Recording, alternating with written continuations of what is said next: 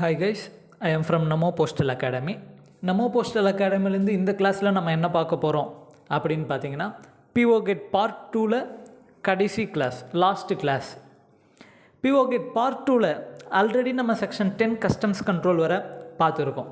இப்போது அதுக்கு அடுத்து இருக்கக்கூடிய டோட்டலாக 3 செக்ஷன்ஸ் இருக்குது. அதில் லாஸ்ட்டு செக்ஷன்ஸ் ஒவ்வொரு கண்ட்ரிஸ்க்கும் இருக்கக்கூடிய கண்டிஷன்ஸ் என்னென்ன ப்ரோஹிபிஷன்ஸ்லாம் இருக்குன்றத சொல்லுது. ஸோ அது ஒரு செக்ஷனை விட்டுட்டோம்னா மற்ற 2 செக்ஷனையும் இப்போ பார்ப்போம். 2 செக்ஷன் ரொம்ப கம்மியாக தான் இருக்கும். ஃபஸ்ட்டு செக்ஷன் 10 எதை பற்றி சொல்லுதுன்னா, ப்ரோஹிபிஷன்ஸ் அண்டு ரெஸ்ட்ரிக்ஷன்ஸ். அதில் ஃபஸ்ட்டு பாயிண்ட் என்ன சொல்லுதுன்னு பாருங்கள். Under the various enactments in force in our country and also under the international agreements, the transmission of different types of goods by post into or out of India is either totally prohibited or subject to restrictions. அதாவது நம்மளோட கண்ட்ரிலேருந்து இன்னொரு கண்ட்ரிக்கு நம்ம குட்ஸை அனுப்புகிறதா இருந்தாலும் சரி, அல்லது இன்னொரு கண்ட்ரிஸ்லேருந்து நம்ம கண்ட்ரிக்கு ஏதாவது ஆர்டிக்கல் வருதா இருந்தாலும் சரி, ஒன்று நம்ம கண்ட்ரியில் இருக்கக்கூடிய எனாக்ட்மெண்ட் படியோ அல்லது மற்ற அக்ரிமெண்ட்ஸ், இன்டர்நேஷ்னல் அக்ரிமெண்ட்ஸ் படியோ ஒரு சில ஆர்டிகல்ஸை ஒன்று முழுசாகவே தடை பண்ணியிருப்பாங்க, அல்லது அதுக்குன்னு சில ரெஸ்ட்ரிக்ஷன்ஸ் வரையறுக்கப்பட்டிருக்கும். Similar restrictions and prohibitions apply in foreign countries also. அந்த மாதிரி ரெஸ்ட்ரிக்ஷன்ஸ் நம்மளோட கண்ட்ரி இந்தியாவில் மட்டும் இல்லாமல் ஒவ்வொரு கண்ட்ரிஸ்லேயும் அது போல் சில ரெஸ்ட்ரிக்ஷன்ஸ் இருந்துட்டு தான் இருக்கும். It is to be clearly understood that it is not possible to give exhaustive list of all prohibitions and restrictions arising out of non-postal legislation and legislation of other countries, and it is up to sender or addressee of postal articles to ensure that their postal articles fulfill all required legal formalities. அதாவது ஒவ்வொரு கண்ட்ரிஸ்க்கும் ஒவ்வொரு பொருளுக்கும் இருக்கக்கூடிய ப்ரோஹிபிஷன்ஸ் எல்லாத்தையும் list பண்ணி கொடுக்கறதுன்றது ரொம்ப கஷ்டமான விஷயம், முடியாத ஒரு காரியம்னு சொல்லலாம். அந்த ப்ரோஹிபிஷன்ஸ் என்னென்னா, நான் போஸ்டல் லெஜிஸ்லேஷனில் இருக்கக்கூடிய ப்ரோஹிபிஷன்ஸ், அதாவது போஸ்டல் ரெகுலேஷன்ஸ் படி இருக்கக்கூடிய ப்ரோஹிபிஷன்ஸை ஈஸியாக சொல்லிடலாம். பட் அதுக்கு மேலே இருக்கக்கூடிய export and import act, customs act, அது போல் பல சட்டங்கள்ன்றது நம்மளோட கண்ட்ரிஸ்க்கும் சரி, அதர் கண்ட்ரிஸ்க்கும் சரி இருந்துட்டு தான் இருக்குது. அதில் இருக்கக்கூடிய ப்ரோஹிபிஷன்ஸ் எல்லாத்தையும் லிஸ்ட் பண்ணி கொடுக்கறதுன்றது ரொம்ப கஷ்டம். அது நம்ம டிபார்ட்மெண்ட்டால் முடியாத ஒன்று. அது இல்லாமல் என்ன பண்ணிக்கணும் அவங்க அப்படின்னா, அந்த ஆர்டிக்கலை அனுப்பக்கூடிய சென்டரும் அதை வாங்கக்கூடிய அட்ரஸையும் தான் அவங்களோட கண்ட்ரிஸ்க்கான ரூல்ஸ் படி கரெக்டாக அனுப்புகிறத மைண்டில் வச்சுக்கணும். அவங்க அதை கரெக்டாக பார்த்து அனுப்பிக்கணும், வாங்கிக்கணும். அது மட்டும் இல்லாமல் அவங்க அனுப்பக்கூடிய எல்லாத்துலேயும் லீகல் ஃபார்மாலிட்டிஸ் எல்லாமே ஃபுல்ஃபில் ஆகிருக்க மாதிரி பார்த்துக்கணும். The post office undertakes no responsibility if postal articles already booked or detained, confiscated or otherwise dealt with according to the law, whether in India or in a foreign country. அதாவது article already book பண்ணிட்டாங்க, அந்த article சில regulations படி ஆர்டிக்கலை confiscate பண்ணி வச்சுட்டாங்க அல்லது detain பண்ணி வச்சுட்டாங்கன்னா, அதுக்காக நம்மளோட போஸ்டல் டிபார்ட்மெண்ட், நம்மளோட போஸ்ட் ஆஃபீஸ் எந்தவித ரெஸ்பான்சிபிலிட்டியும் எடுத்துக்காது. ஏன்னா அவங்க அனுப்பக்கூடிய கண்ட்ரிக்கு என்னென்ன ரெகுலேஷன்ஸ் இருக்குதுன்னு தெரிஞ்சு அவங்க அனுப்ப வேண்டிய ஆர்டிக்கலை அனுப்பலாமா அனுப்பக்கூடாதான்றத அந்தந்த சென்டரும் அட்ரஸையும் தான் பொறுப்பாக பார்த்துக்கணும். And no claim for refunds of postage or compensation will be entertained in such cases. ஒருவேளை அப்படி ஒரு கண்ட்ரியோட லா படி அனுப்பக்கூடாத ஆர்டிக்கல் கண்டென்ட் ஏதாவது வச்சு அனுப்பிட்டாங்க, அந்த ஃபாரின் கண்ட்ரியில் ப்ரோஹிபிட்டட் ஆர்டிகல்ஸ்னு சொல்லி கான்ஃபிஸ்கேட் பண்ணிட்டாங்க, அந்த கவர்மெண்ட் அந்த ஆர்டிக்கலை டிரான்ஸ்மிட் பண்ணாமல் எடுத்து வச்சிடுச்சு. அப்படிங்கிற சமயத்தில் அதுக்காக அந்த கான்ஃபிஸ்கேஷன், அது இல்லாமல் அந்த கண்ட்ரியோட லெஜிஸ்லேஷனை மீறி நடக்கக்கூடிய விஷயங்களுக்காக நம்மளோட டிபார்ட்மெண்ட் அதுக்காக ரீஃபண்டோ காம்பன்சேஷனோ எதுவும் கொடுக்காது. Prohibitions arising out of international agreements are of 3 types. அதாவது இன்டர்நேஷ்னல் அக்ரிமெண்ட்ஸ் படி ப்ரோஹிபிஷன்ஸ்ன்றது 3 வகையாக இருக்குது. ஒன்று என்னென்னா, prohibitions arising out of nature or category of items. அந்தந்த கேட்டகரி ஆஃப் ஐட்டம்ஸில் வரக்கூடிய ப்ரோஹிபிஷன்ஸ். அது என்னென்னா, லெட்டர்ஸ்னால் இது அதில் போகக்கூடாது. அதே போல் பிரிண்டட் பேப்பர்ஸ்னால் என்னென்ன விஷயம்லாம் அதில் போகலாம் போகக்கூடாதுன்னு பிரிச்சிருப்பாங்க. அதுபோல் ஒவ்வொரு கேட்டகரிக்கும் ஒரு சில ப்ரோஹிபிஷன்ஸ் இருக்கும், இதெல்லாம் இருக்கக்கூடாதுன்னு. அது இந்த மாதிரி விஷயம்தான் first prohibition arising out of nature or category of ஐட்டம்ஸ்னு சொல்கிறோம். அடுத்தது prohibitions of general nature intended to ensure safety and to protect postal staff equipment and other postal articles. அதாவது ஒரு ஆர்டிக்கல் அனுப்புகிறாங்க, அதில் இருக்கக்கூடிய கண்டென்ட்டால் அதை ஹேண்டில் பண்ணக்கூடிய போஸ்டல் ஸ்டாஃப்க்கோ அல்லது போஸ்டல் டிபார்ட்மெண்ட்டோட எக்யூப்மெண்ட்ஸ்க்கோ மற்ற ஆர்டிகல்ஸ்க்கோ எந்தவித பிரச்சனையும் வராமல் அதை சேஃப்டியாக பார்த்துக்கணுன்றது தான் செகண்ட் ப்ரோஹிபிஷன். அதுக்காக சில ஆர்டிக்கலை அனுப்பக்கூடாது, சில கண்டென்ட்டை அனுப்பக்கூடாதுன்னு சொல்கிறாங்க. தேர்டு ப்ரோஹிபிஷன் என்னன்னு பார்த்தீங்கன்னா, prohibitions having broad social objectives. பொதுவாக சமூக நோக்கத்தோட சில விஷயங்களை அனுப்பக்கூடாதுன்னு சொல்கிறாங்க. அது தேர்ட் டைப் ஆஃப் ப்ரோஹிபிஷன். அதில் ஃபஸ்ட்டு பார்த்தீங்கன்னா, prohibitions arising out of nature or category of item. ஒவ்வொரு கேட்டகரிக்கும் ஒரு சில விஷயங்களை அனுப்பக்கூடாதுன்னு தடை இருக்குது. அது என்னன்னா, letters should not contain communications addressed to persons other than addressee or persons living with them. இப்போ ஒரு ஃபாரின் லெட்டர் ஒருத்தர் அனுப்புகிறாங்கன்னா, அது சென்டருக்கும் அட்ரஸிக்கும் இடையே இருக்கக்கூடிய கம்யூனிகேஷன்ஸ் மட்டும்தான் உள்ளே இருக்கணும். அது இல்லாமல் அவங்க கூட வாழ்கிறவங்கள பற்றி இருக்கலாம். அதை தவிர வேறு ஒருத்தருக்கு எழுதின லெட்டரு சம்மந்தமே இல்லாத ஒருத்தருக்கு அனுப்புறது, அந்த மாதிரி விஷயங்கள்லாம் லெட்டர்ஸில் prohibited. Printed paper should not contain document in nature of personal and current correspondence. Printed பேப்பர்ஸில் எந்த ஒரு பர்சனல் கம்யூனிகேஷனும் இருக்கக்கூடாது. Registered newspaper should not contain loose advertisement sheets. Registered news பேப்பரில் லூஸ் அட்வர்டைஸ்மெண்ட் ஷீட் தனியாக எதுவும் இருக்கக்கூடாது. Small packet should not contain document or any tape, wire, disc or similar recording media containing current and personal messages. இந்த printed பேப்பர்ஸில் எப்படி personal communication எதுவும் இருக்கக்கூடாதோ, small பேக்கெட்ஸ்லேயும் அதே போல் தான் பர்சனல் கம்யூனிகேஷன் எதுவும் இருக்கக்கூடாது. இதில் என்னென்னா, ஸ்மால் பேக்கெட்ஸில் நம்ம வயர் டிஸ்கெல்லாம் அனுப்பலான்ற மாதிரி பார்த்துருந்தோம். அப்படி அனுப்பக்கூடிய வயர் டிஸ்க்கு டேப் எதுவுமே பர்சனல் மெசேஜை கன்வே பண்ணக்கூடியதாக இருக்கக்கூடாது. Literature for blind should not contain anything written other than braille. இதில் தென் மிஸ் ஆகிடுச்சு. Other than braille or in conventional writing or painting except to extent authorised. அதே போல் literature for பிளைண்டுன்றது பிளைண்டுக்கானதாக மட்டும்தான் இருக்கணும். மற்றபடி எந்த விஷயமும் அதில் இருக்கக்கூடாது. பிரைலி மெத்தடு தவிர மற்ற ரைட்டிங்ஸ் எதுவும் அதில் இருக்கக்கூடாது. Parcels should not contain documents having character of current and personal correspondence except to countries which allow one correspondence. அதாவது பார்சல்லையும் பர்சனல் கரஸ்பாண்டன்ஸ்னு எதுவுமே இருக்கக்கூடாது. பட் ஒரு சில கண்ட்ரீஸில் மட்டும் ஒரு சிங்கிள் ரிட்டன் கம்யூனிகேஷன் அலோவ் பண்ணுவாங்க. அப்படி இருக்கக்கூடிய கண்ட்ரிஸ்க்கு அந்த சிங்கிள் பர்சனல் கரஸ்பாண்டன்ஸை தவிர எக்ஸ்ட்ராவாக எதுவும் இருக்கக்கூடாது. However, invoice, dispatch note or advice or delivery bill is allowed if it relates to content. அந்த கண்டென்ட்டுக்கு சம்மந்தப்பட்ட dispatch நோட்டோ இன்வாய்ஸோ அல்லது அட்வைஸ் டெலிவரி பில்லு அந்த மாதிரி விஷயங்களை எதுவாக இருந்தாலும் அனுப்பலாம். ஆனால் அதில் இருக்கக்கூடிய கண்டென்ட்டுக்கு தகுந்ததாக இருக்கணும். அடுத்ததாக பார்த்தீங்கன்னா, ப்ரோஹிபிஷன்ஸ் டு என்ஷூர் சேஃப்டி. அதாவது சேஃப்டிக்கான ப்ரோஹிபிஷன்ஸ் என்னென்ன இருக்குது. It is prohibited to include in all types of foreign postal articles which by their nature or their packing may expose officials to danger or soil or other postal articles or postal equipments. அதாவது ஒரு ஆர்டிக்கலில் ஒரு பொருளை அனுப்புறதுனால அதை handle பண்ணக்கூடிய postal அஃபிஷியலுக்கோ அல்லது அந்த கண்ட்ரிக்கோ அல்லது மற்ற போஸ்டல் ஆர்டிகல்ஸையோ அல்லது அதை எடுத்துகிட்டு போகக்கூடிய போஸ்டல் எக்யூப்மெண்ட்ஸ்க்கோ ஒரு டேஞ்சரை கொடுக்கும்னா அத்தகைய ஆர்டிக்கலை ப்ரோஹிபிட் பண்ணுறோம். அதை அலோவ் பண்ணக்கூடாது. This include sharp instruments not properly protected.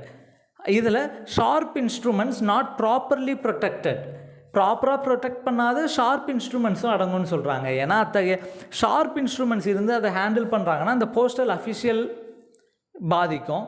அடுத்து மற்ற போஸ்டல் ஆர்டிக்கலை டேஞ்சர் கொடுக்கறதுக்கான வாய்ப்புகள் அதிகமாகவே இருக்கும். Inflammable, explosive, noxious, radioactive substances are prohibited. Inflammable சப்ஸ்டன்சஸ்லாம் எக்ஸ்ப்ளோசிவ் சப்ஸ்டன்சஸ்லாம் ப்ரோஹிபிட்டட் தான். ஏன்னா போகும்போது ரொம்ப தூரம் தாண்டி போக வேண்டியதெல்லாம் இருக்கும். ஸோ என்ன வேணாலும் ஆகலான்றதுனால. Living creatures except bees, leeches and silkworm are prohibited. உயிரோடு இருக்கக்கூடிய பொருளில் பீஸ், லீச்சஸ், சில்க்வாம் இது 3 தான் அலோவ் பண்ணுறாங்க. மற்றது எல்லாமே ப்ரோஹிபிட்டட் தான். Parasites and destroyers of noxious insects may be sent by letter post provided they are exchanged only between officially recognized institutions and the senders comply with regulations in the country of destination or India.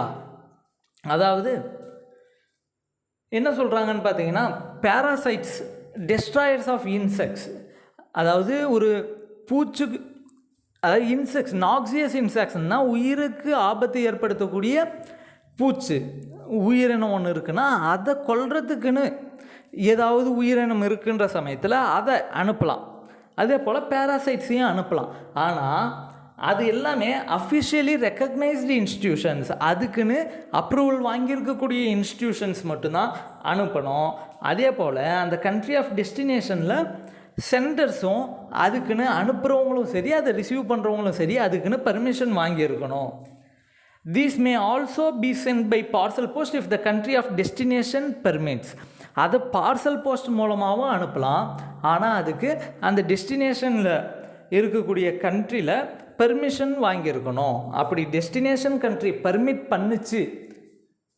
Permission வாங்கியிருக்கக்கூடாது. அந்த destination country permission கொடுத்தது அல்லது அந்த இடத்துல parcel போஸ்ட்டில் இந்த உயிரோடு இருக்கிற living கிரியேச்சர்ஸை அனுப்பலாம் அப்படின்னு பெர்மிஷன் இருந்தது அப்படின்னா அதை அனுப்பலாம். அடுத்ததாக ப்ரோபிஷன்ஸ் இன்டெண்டட் ஃபார் ஸ்பெஷல் அப்ஜெக்டிவ்ஸ். இந்த ஸ்பெஷல் அப்ஜெக்டிவ்ஸ்ன்றது சோசியல் அப்ஜெக்டிவ்ஸ், சமூக நோக்கத்தோட சில ப்ரோபிஷன்ஸ் இருக்குது. அது என்னென்னு பார்த்தீங்கன்னா, ஓபிஎம், மார்ஃபியா, கொக்கைன், நார்கோட்டிக்ஸ் இந்த போல் ட்ரக்ஸ் எதையும் அனுப்பக்கூடாதுன்னு சொல்கிறோம். அது டேஞ்சரஸ் ட்ரக்ஸ் ஆக்டில் டிஸ்கிரைப் பண்ணியிருப்பாங்க.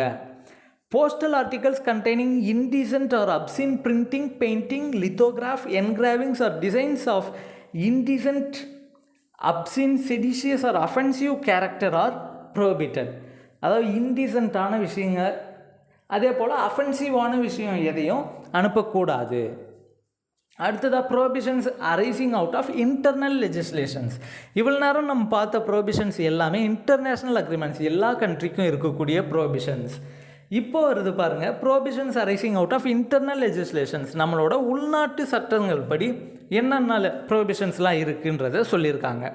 இந்த உள்நாட்டு சட்டத்தில் வரக்கூடிய ப்ரோபிஷன்ஸ் என்னென்ன அப்படின்னு பார்த்தீங்கன்னா, the most important enactments governing the import and export of articles.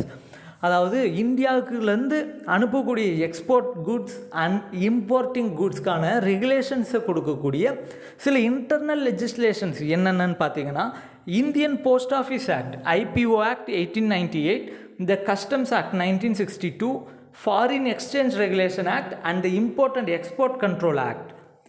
இந்த 4 ஆக்ட். அது மட்டும் இல்லாமல் அதுக்கான ரூல்ஸ் தனியாக இருக்குது. அந்த rules framed under these acts இது எல்லாம் தான் இந்த எக்ஸ்போர்ட் இம்போர்ட்கான சில ரெகுலேஷன்ஸை கொடுக்கக்கூடிய முக்கியமான எனாக்ட்மெண்ட்ஸ். Anything which is prohibited for transmission in inland post in general is also prohibited in foreign post. நம்ம இன்லேண்ட் போஸ்ட்டில் என்னென்ன விஷயத்துக்கெல்லாம் ப்ரோஹிபிஷன்ஸ் இருக்கோ அது எல்லாமே ஃபாரின் போஸ்ட்டுக்கும் ப்ரோஹிபிட்டட் ஆர்டிகல்ஸ் தான். அடுத்த restrictions imposed by customs act 1962. Customs act 1962 படி இருக்கக்கூடிய ரெஸ்ட்ரிக்ஷன்ஸ் என்னன்னு பார்த்தீங்கன்னா, Section 11 of Customs Act 1962 empowers the government to prohibit import of certain goods. அதாவது வேறு ஃப்ரம் ஃபாரின் கண்ட்ரிலேருந்து இம்போர்ட் பண்ணக்கூடிய குட்ஸ்க்கான ப்ரோஹிபிஷன்ஸை கொடுக்கக்கூடிய கஸ்டம்ஸ் ஆக்ட் செக்ஷன் பார்த்தீங்கன்னா section 11 of customs act 1962 foreign கண்ட்ரிஸ்லேருந்து இம்போர்ட் பண்ணக்கூடிய குட்ஸ்க்கான ரெஸ்ட்ரிக்ஷன்ஸை டிஸ்கிரைப் பண்ணியிருக்கு. Notifications are issued by the Customs Department from time to time. As per these prohibitions apply to import through any channel. They may also apply to import by post. அதாவது அப்பப்போ ஒவ்வொரு டைமுக்கும் customs டிபார்ட்மெண்ட்லேருந்து notification விட்டுக்கிட்டே இருப்பாங்க, எதெல்லாம் allow பண்ணலாம் எதெல்லாம் allow பண்ணக்கூடாதுன்னு சொல்லிட்டு. அப்படி வரக்கூடிய நோட்டிஃபிகேஷன்ஸ் எல்லாமே, அந்த ப்ரோஹிபிஷன்ஸ் எல்லாமே நம்ம கண்ட்ரிக்குள்ளே இம்போர்ட் பண்ணாலே அது எனி மோட் ஆஃப் இம்போர்ட்டாக இருக்கலாம். அதனால் எந்த வகையில் அது இம்போர்ட் ஆகி வந்தாலும் பொருந்தும்னு அந்த கஸ்டம்ஸ் ஆக்ட் சொல்கிறதுனால அது நம்மளோட டிபார்ட்மெண்ட் போஸ்டல் டிபார்ட்மெண்ட்டுக்கும் பொருந்தும். Restrictions controlled by import and export control act. Import export control ஆக்டில் இருக்கக்கூடிய ரெஸ்ட்ரிக்ஷன்ஸ் என்ன? Enquiries regarding import and export registrations prevalent in India may be addressed to the chief control of imports and exports New Delhi. அதாவது இந்த import எக்ஸ்போர்ட்டில் எந்த விதமான enquiry இருந்தாலும் அதை chief controller of imports and exports New டெல்லிக்கு தான் அட்ரஸ் பண்ணணும், அவங்கக்கிட்ட தான் கேட்கணும். Articles not included in exports control order 1968 or free from the export control. அது எக்ஸ்போர்ட் கண்ட்ரோல் ஆர்டர் 1968 மென்ஷன் பண்ணாத ஆர்டிகல்ஸ் எல்லாமே எக்ஸ்போர்ட் கண்ட்ரோலுக்கு கீழே வரணுங்கிற அவசியம் இல்லை. அது ஃப்ரீ ஃப்ரம் எக்ஸ்போர்ட் கண்ட்ரோல், அது எக்ஸ்போர்ட் கண்ட்ரோல்லேருந்து ஃப்ரீ பண்ணுறாங்க. The export of narcotics is prohibited under the customs act. இந்த கஸ்டம்ஸ் ஆக்ட் படி நார்கோட்டிக்ஸ் அதாவது ட்ரக்ஸ் எல்லாமே ப்ரோபிட்டட். அதே போல் the export of coir and coir products is regulated by the coir board Ernakulam under the coir industry act 1953. அது இந்த coir ப்ராடக்ட்ஸோட export எல்லாம் பார்த்தீங்கன்னா யார் ரெகுலேட் பண்ணுறாங்க அப்படின்னு பார்த்தீங்கன்னா எர்ணாகுளமில் இருக்கக்கூடிய காயர் போர்டு தான் அதை ரெகுலேட் பண்ணுது.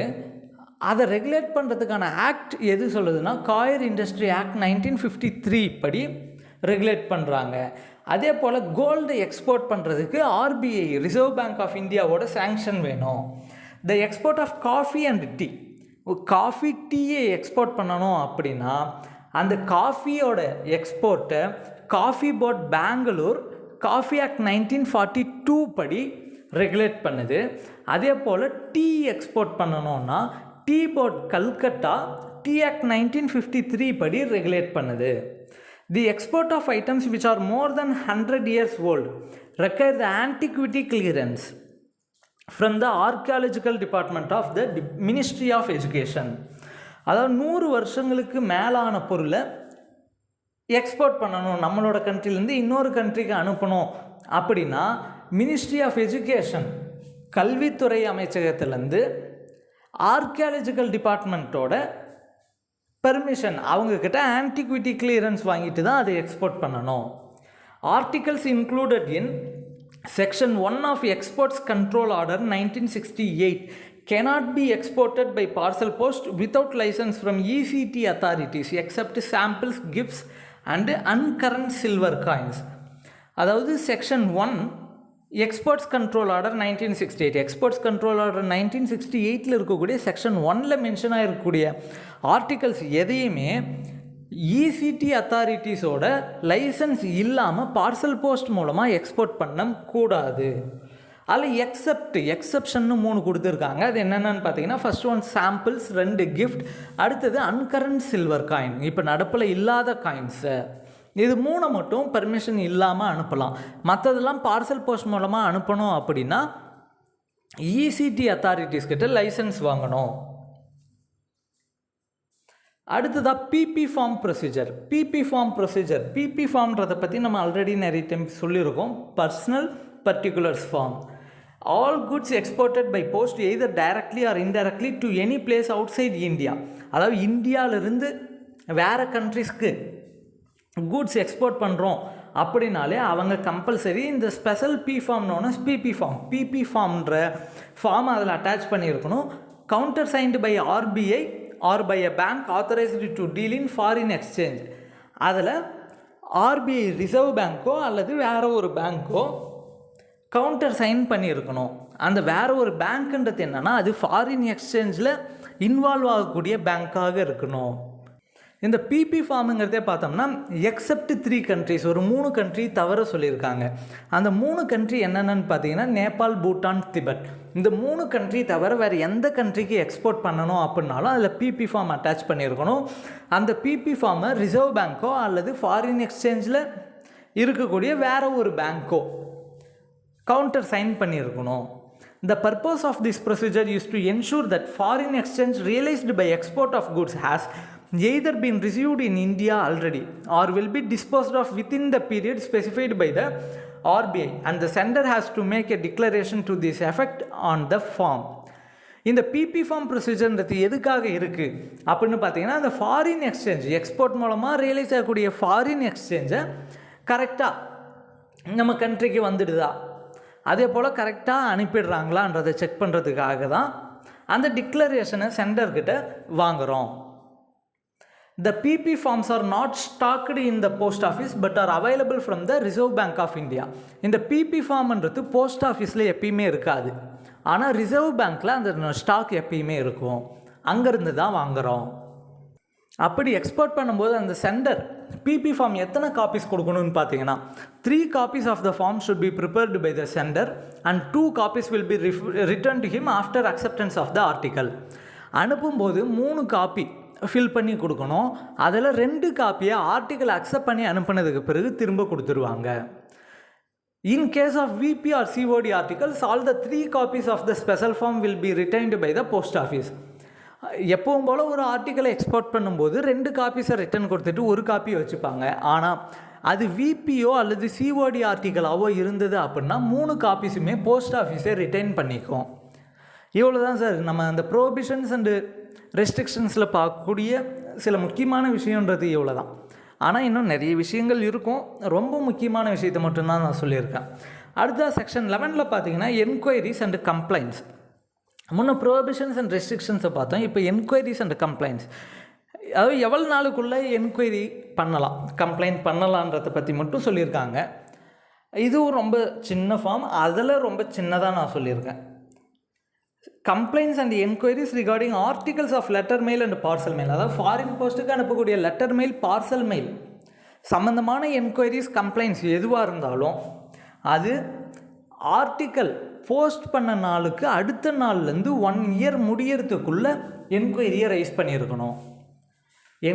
Complaints and enquiries regarding articles of letter mail and parcel mail in foreign post must be submitted before 1 year from the day following the day on which the article was posted.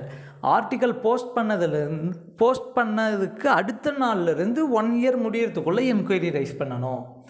அதே போல் complaints regarding money orders must be made within a period of 1 year from the date of issue. அதுவே ஃபாரினுக்கு அனுப்பக்கூடிய மணி ஆர்டராக இருந்தது அப்படின்னா அந்த மணி ஆர்டரை book பண்ண நாள், இஷ்யூ பண்ண நாள்லேருந்து 1 year அதுக்குள்ளே கம்ப்ளைண்ட்ஸ், என்கொயரிஸ் எதுவாக இருந்தாலும் ரைஸ் பண்ணியிருக்கணும். அவ்வளோதான் சார் இந்த கிளாஸில் நம்ம பார்க்கக்கூடியது. பிஓ கேட் பார்ட் 2க்கு தேவையான லாஸ்ட் கிளாஸ் இது தான். யூஸ்ஃபுல்லாக இருக்கும்னு நினைக்கிறேன். பாருங்கள், பிடிச்சிருந்தா லைக் பண்ணுங்கள், சப்ஸ்கிரைப் பண்ணுங்கள். தேங்க்யூ.